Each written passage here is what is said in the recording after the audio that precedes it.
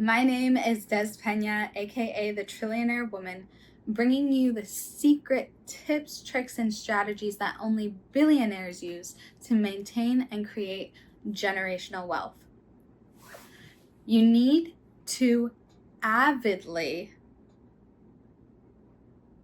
create amnesia in yourself. You need to immediately bounce back from things. So, the resilience factor that the most successful entrepreneurs have comes at a result of forgetting who that old person was and embodying the new person who they want to be and become. When you practice this at such a rapid rate, your pace of change that happens within your daily life is exponential. That's where you can actually create exponential growth. This exponential growth is not a result of always going back to the problem and trying to analyze it and rework it and figure out what went wrong. A lot of times it's simply a matter of fast pivoting. And you can fast pivot when you completely forget the amnesia.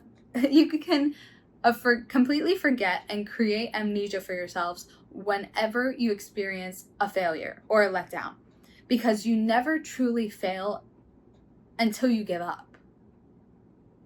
So when we're experiencing difficult challenges within our work life, within our business life, or personal life, this is all something that can easily be overcome if you can practice the law of detachment. When you can disassociate the actual experience and your emotion, your reaction to that experience, you will then be able to maintain more control over your emotional state. And when you have control over your emotional state, that's when you're able to completely craft the person you want to be and become when challenges arise. So for example, if I'm Elon Musk, by the way, we have the same birthday. When I'm running a multi-trillion-dollar business like Elon and I have a problem, a rocket blows up.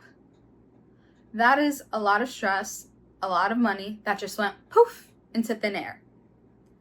And there are these multiple challenges that may come along where you'll need to answer to people. So for example, answer to investors. Why did all my money to this rocket just completely poof into thin air? That's the risk that they took with their capital when investing into this company. And you're dealing with a lot of other people and their emotional states, and it is your job to then become proactive rather than reactive.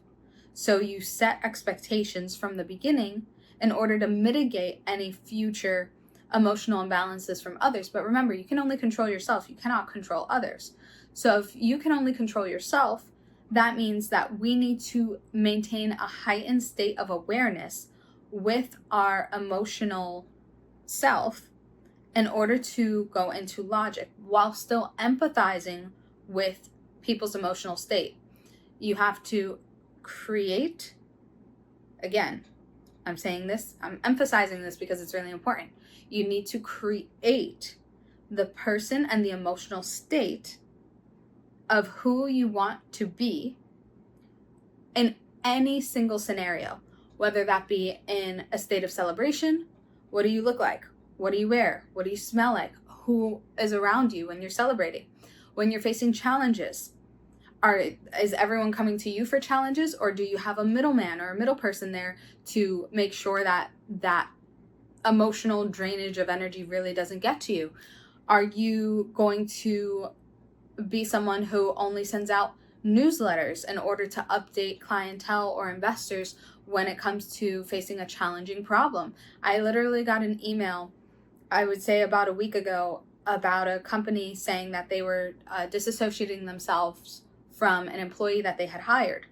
And it's for sakes of some sort of responsibility that they weren't able to deliver on. Now, that could have been a really big hit to the reputation of the company. However, they handled it relatively well in their email.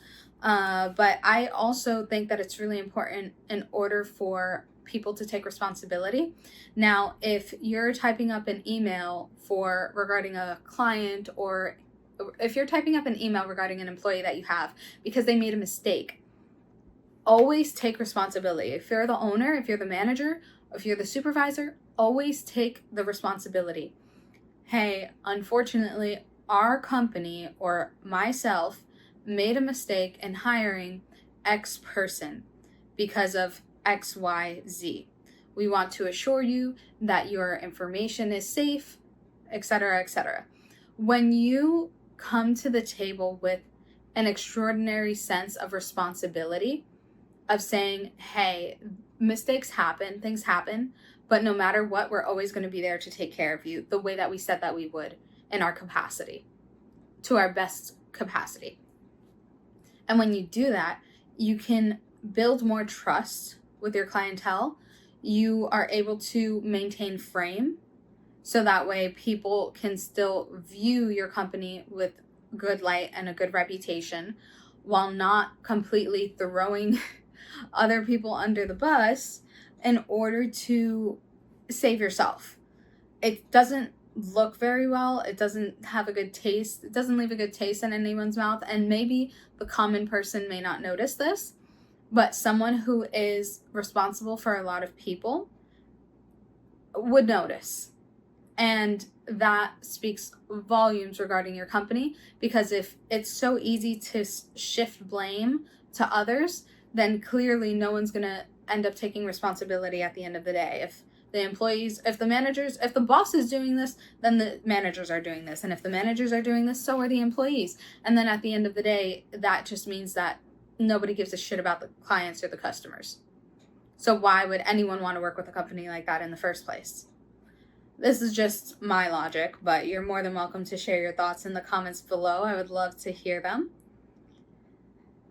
And I will catch you guys on the next video.